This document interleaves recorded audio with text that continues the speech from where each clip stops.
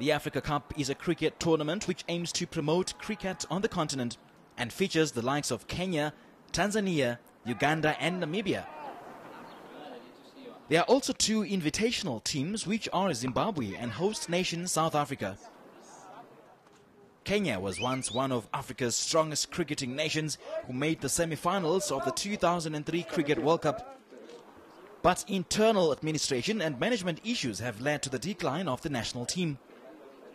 Well, obviously 2003 was good for Kenyan cricket, but I'm sorry to say we didn't use that chance to move a step higher.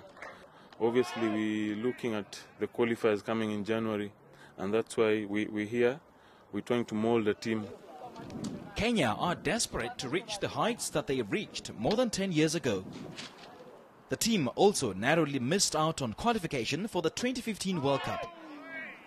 Struggling to find teams to play against, Tikolo is happy at the opportunity the Africa Cup presents. Well, I think Africa Cup is an important event for us. Number one, the guys get to play some games in a competitive environment. Number two, we're using this as preparations for qualifiers which are coming in January, Division 2 qualifiers, which will be held in Namibia.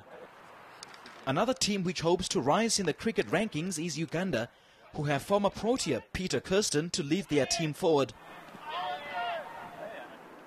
Kirsten is part of a lineage of famous South African cricketers. He believes that a tournament like the Africa Cup will go far in developing the future of African cricket.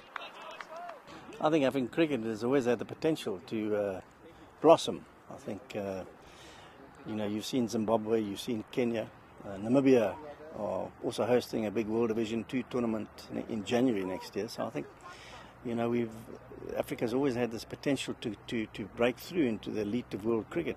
So that's good to see. The Africa Cricket Association is aiming to build cricket on the continent.